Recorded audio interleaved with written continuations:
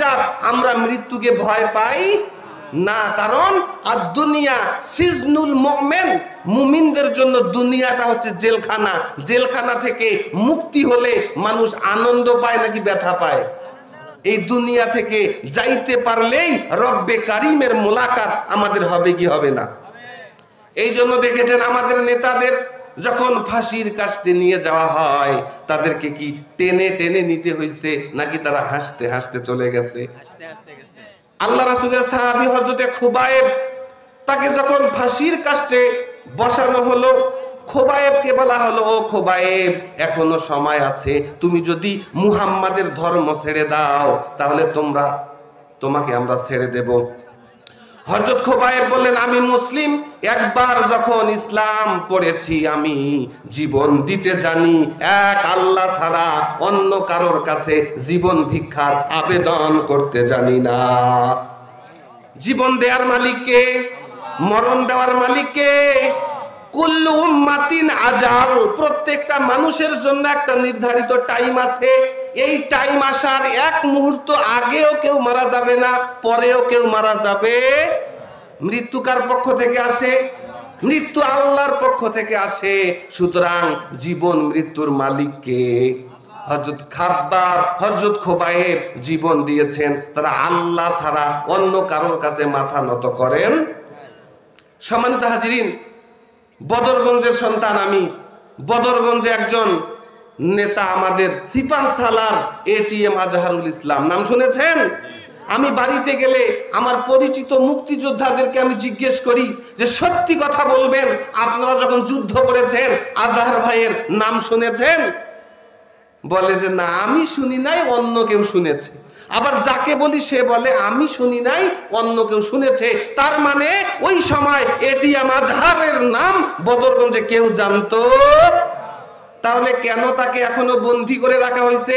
মুক্তি দেওয়ার দরকার আছে কিনা? জোরে বলেন, কথা বলে না। জাগলে জোয়ার রুখবে কে আর এই জনতার ঢাল, আমার নেতার মুক্তি তোরা দিবি কিনা বল, ঠিক না? জাগলে জোয়ার রুখবে কে আর এই জনতার ঢাল, আজহার ভাইয়ের মুক্তি তোরা দিবি কিনা বল। গোলাম আজম সাইদি নিজামি মুজাহিদ, গোলাম আজম সাইদি নিজামি মুজাহিদ, কামরুজ্জামান কাদের মোল্লা, আমাদের অহংকার বল, ঠিক না?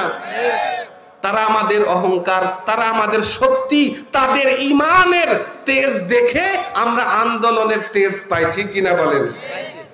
আল্লাহ তাআলা বলছেন বিচার করতে গিয়ে কে কোন দল করে এইটা দেখা যাবে। কার কথা?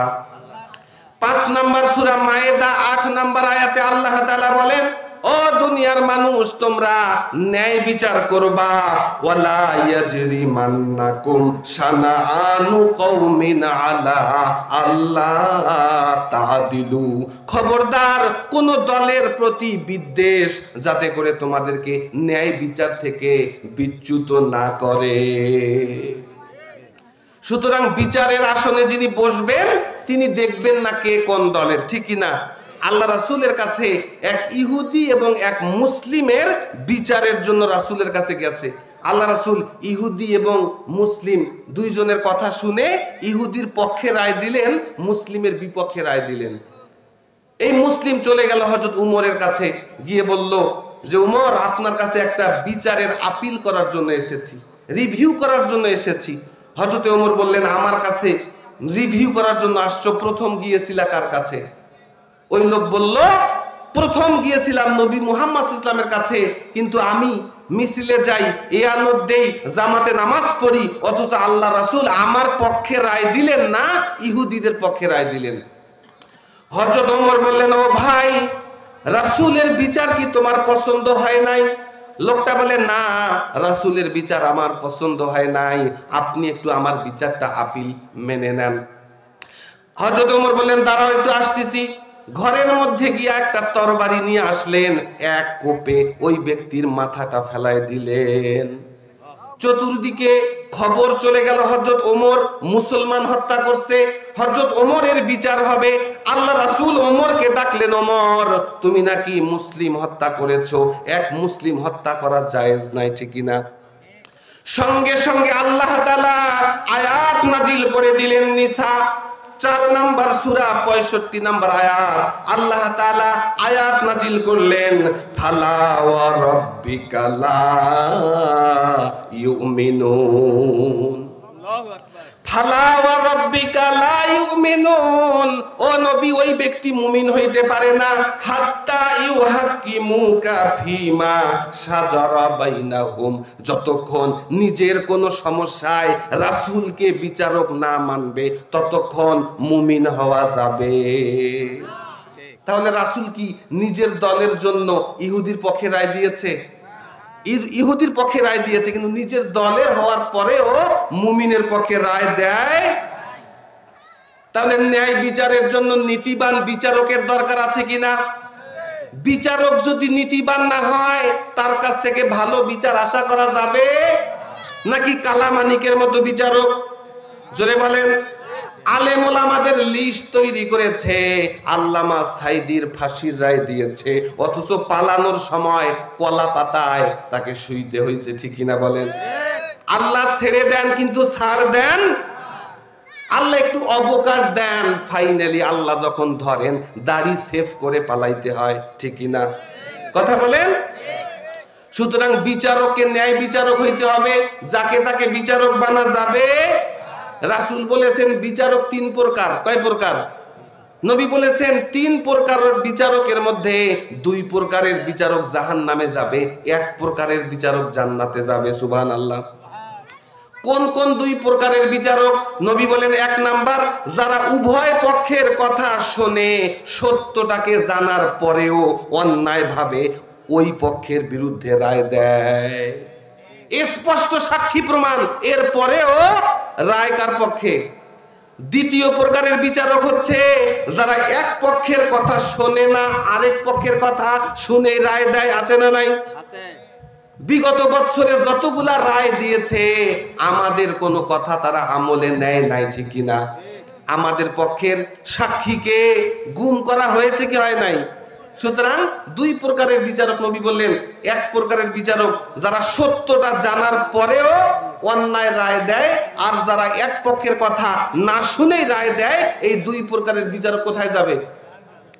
আর 1 প্রকারের বিচারক জান্নাতে যাবে। নবী বলেন যেই বিচারক উভয় পক্ষের কথা শোনে এবং আসল রায় দেয় তারা কোথায় যাবে বলেন? জাহান্নামে। তাহলে বিচারক ভালো হওয়ার দরকার আছে কিনা? কিন্তু বিচারকও ভালো, কিন্তু কোরআন দিয়ে বিচার চলে না, তাহলে কি হবে? কথা বলেন। বিচার করতে হবে কি দিয়া? এই কোরআন একটা বিচারের কিতাব, ঠিক কিনা? এই কোরআনে চোরের বিচার আছে কিনা? জেনার বিচার আছে কিনা? যদি আমাদের দেশে এই কোরআনের আইন থাকতো, যেই দরবেশ বাবা বাংলাদেশের ব্যাংকগুলাকে লুট করে পালিয়ে যাইতে ধরলো তার হাত কাটা হইতো কি হইতো না? কোটি টাকার মালিক বাংলাদেশটাকে নিঃস্ব করে দিয়া বিদেশে পালিয়ে গেছে, তাদের বিচার হইতো কি হইতো না? অবশ্যই বাংলাদেশে তাদের বিচার হতেই হবে, ঠিক কিনা? আমাদের ট্যাক্সের টাকাগুলা তারা লুট করে খেয়েছে, তাদের বিচার বাংলার মাটিতে হবেই হবে। বিচার হবে কোরআন দিয়া, কি দিয়া? আল্লাহ তাআলা সূরা নিসা 105 নম্বর আয়াতে জানিয়ে দিলেন, ইন্না আনজালনা ইলাইকাল কিতাবা বিল হাক্কি লিতাহকুমা বাইনান নাসি বিমা আরাকাল্লাহ। ও নবী, এই কিতাব আমি আপনার উপরে পাঠিয়েছি শুধুমাত্র তাবিজ বানানোর জন্য নয়, শুধুমাত্র ঝাড়ফুঁকের জন্য আল্লাহ এই কিতাব পাঠান। আল্লাহ বলেছেন আমি এই কিতাব আপনার উপরে নাজিল করেছি লিতাহকুমা বাইনান নাস, যাতে করে এই কিতাব দিয়ে আপনি মানুষের মধ্যে বিচার করতে পারেন, ঠিক কিনা? সুতরাং এই কোরআন দিয়া বিচার চালার দরকার আছে কিনা? এই কোরআন দিয়া বিচার চলুক আমরা চাই কি চাই না?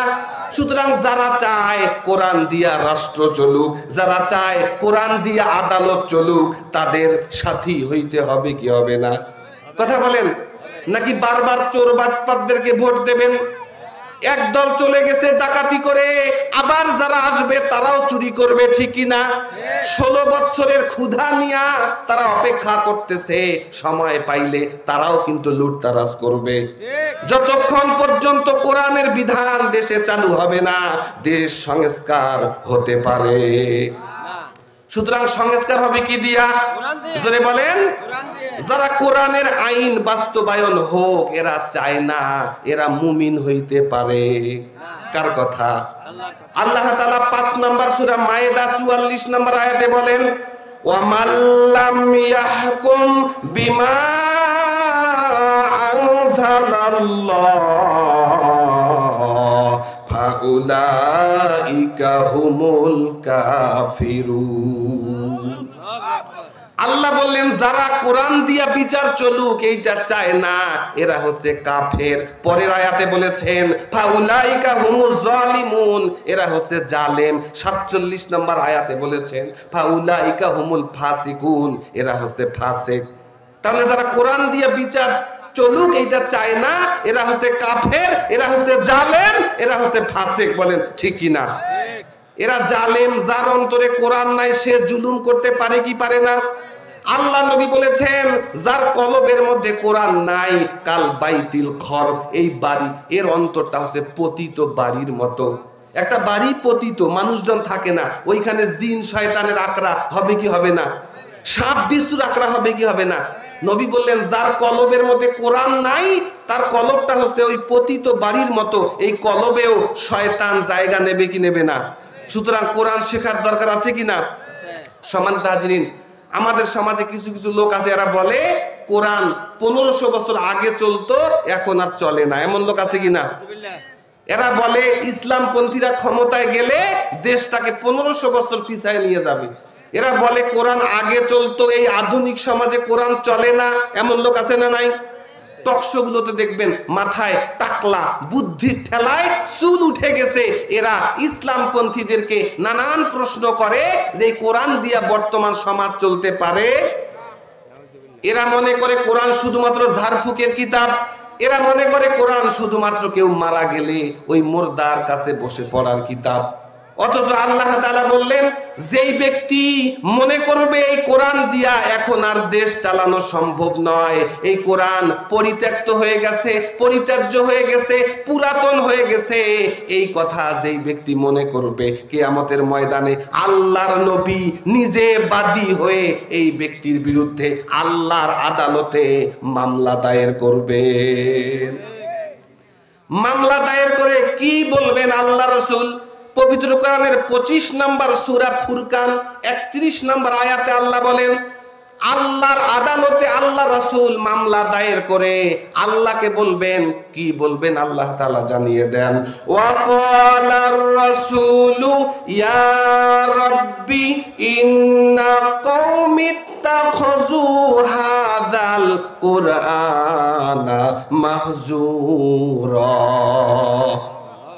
ওয়া ক্বালার রাসূল, রাসূল আল্লাহর কাছে অভিযোগ করবেন, ইয়া রাব্বি, ও আমার রব, ইন্না কওমি ইত্তাখাযু হাযাল কুরআনা মাহজুরা, আমার এই উম্মত এই কোরআনটাকে পরিত্যাজ্য কিতাব হিসাবে গ্রহণ করেছিল।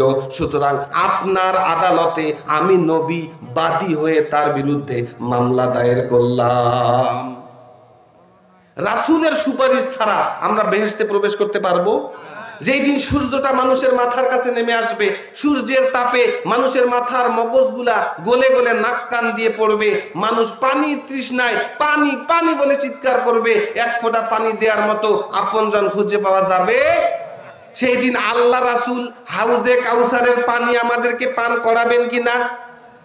রাসূলের হাতে হাউজে কাউসারের পানি আমরা চাই কি চাই না? কিন্তু ওই রাসূল যদি আপনার বিরুদ্ধে মামলা দায়ের করে, আমি কি পানি পাবো? জান্নাতে যাইতে পারবো? আল্লাহ রাসূল সুপারিশ না করলে আমরা কেউ বেহেশতে প্রবেশ করতে পারবো? সম্মানিত হাজিরিন, তাহলে এই কোরআন দিয়া বিচার চালার দরকার আছে কিনা? জোরে বলেন। এখন বিচারকও ভালো, কোরআন দিয়েও বিচারক চলে, কিন্তু বিচারকের স্বাধীনতা নাই, তাহলে কি বিচার করতে পারবে? বিচার বিভাগের স্বাধীনতার দরকার আছে কিনা? জোরে বলেন আছে কিনা?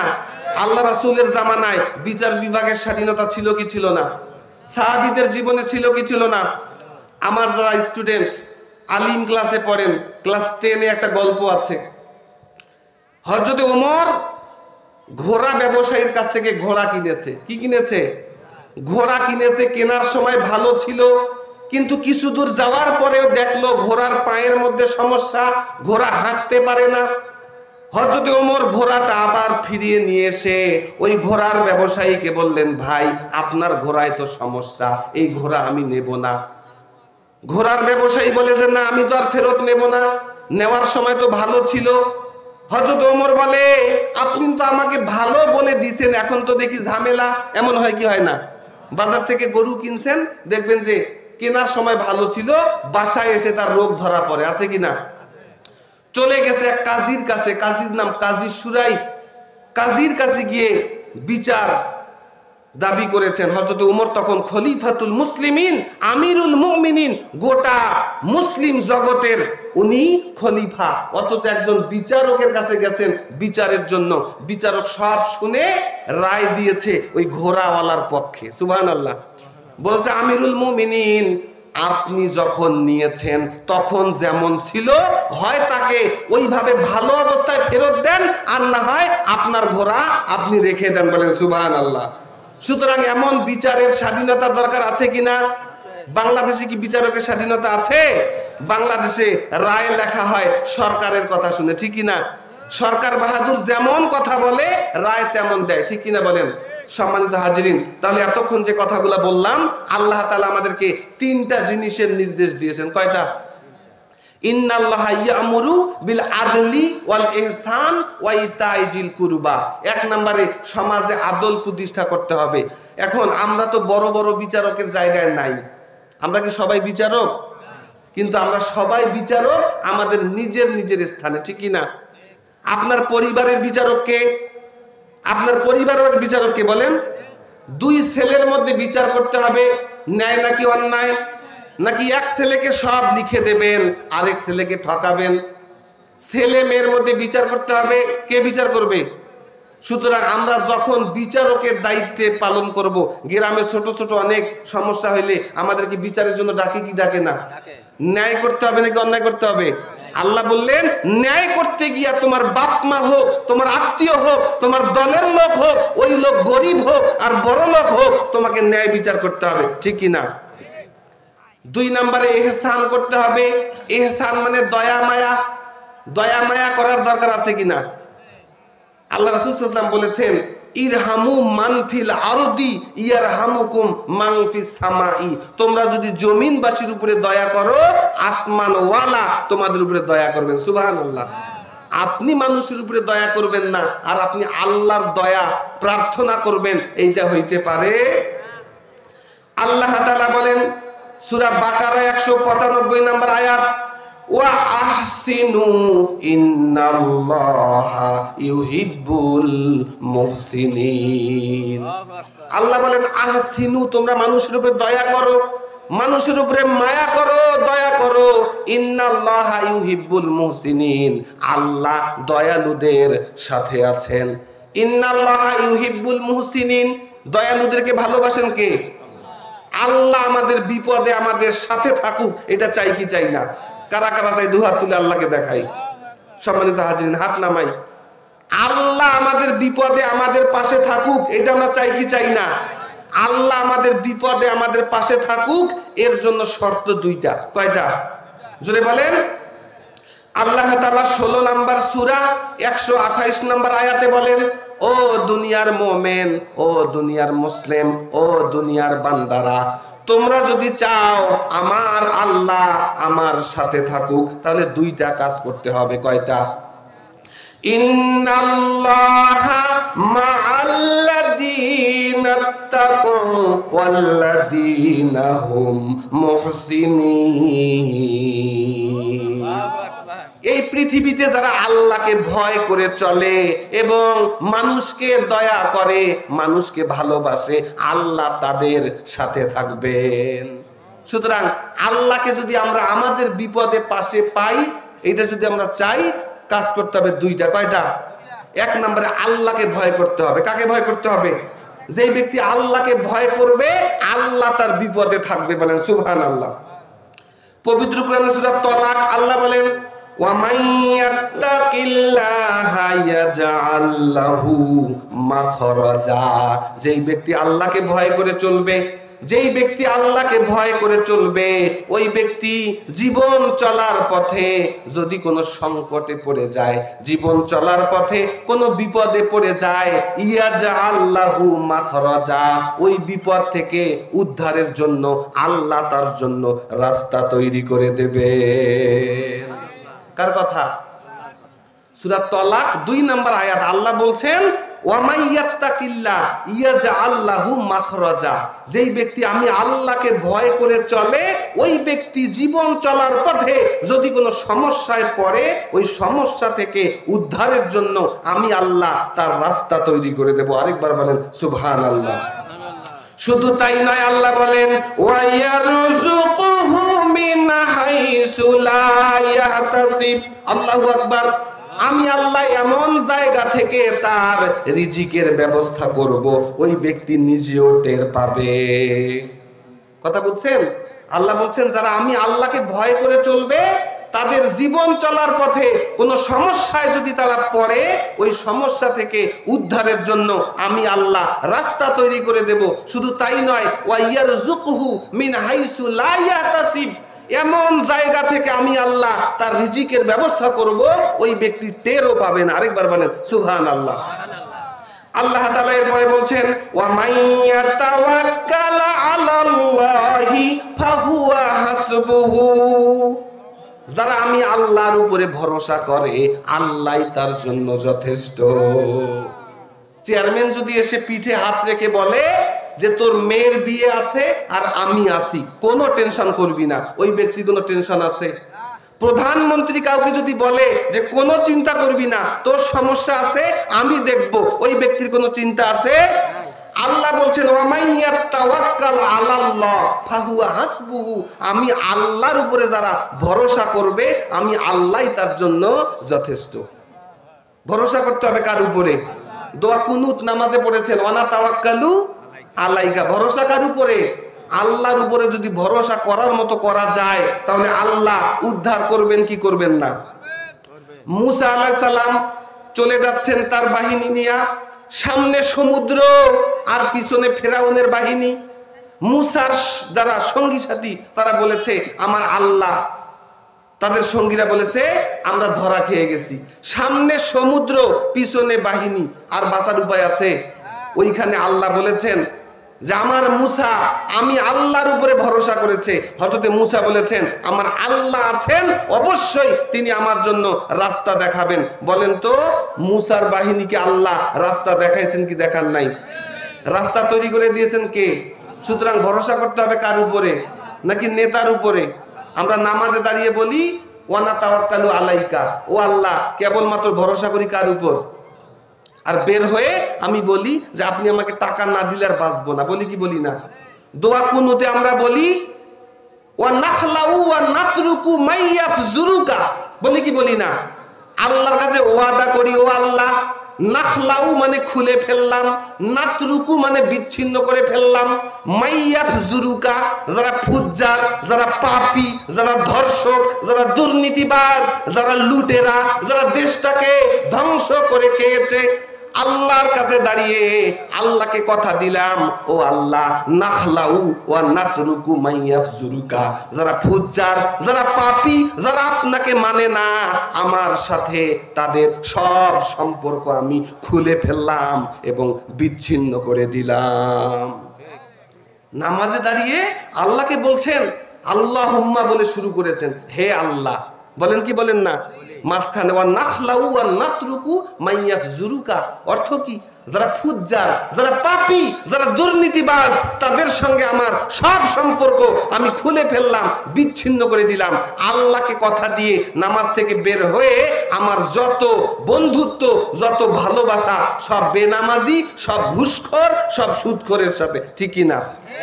এশার নামাজ পড়ে আসলাম, আল্লাহকে বললাম লুটেরা, পাপী, ধর্ষকদের সাথে আমার কোনো সম্পর্ক নাই। অথচ ভোট আসলে 500 টাকার বিনিময়ে যেই চেয়ারম্যান, যেই মেম্বার, যেই এমপির নামে হাজারো ধর্ষণের মামলা, হাজারো নারী নির্যাতনের অভিযোগ, মানুষ ভয়ে কিছু বলতে পারে না, তাকেই আবার 500 টাকার বিনিময়ে ভোট দেয় কি দেয় না?